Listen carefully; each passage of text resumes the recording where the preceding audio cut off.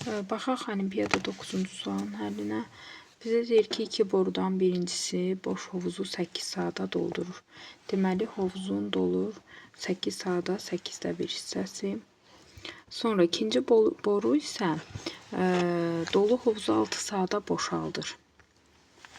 Hovuz boş olduqda hovuzun dolduran boru açılır 4 saat su axdıqdan sonra.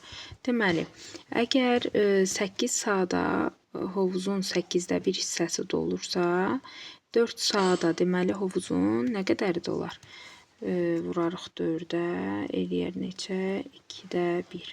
Yəni hovuzun yarısı dolar. Əgər 4 saata hovuzun yarısı dolubdursa, indi deyir hovuzun dibində olan boşaldan ikinci boru açılırsa, onda buna görə hovuzun suyu neçə saata boşalar? Bütövünü dolu hovuzu 6 saata doldururdusa, əgər daha doğrusu boşaldırdısa, deməli hovuzun yarısını neçə saata boşaldar? 12 saata, yəni D variantı.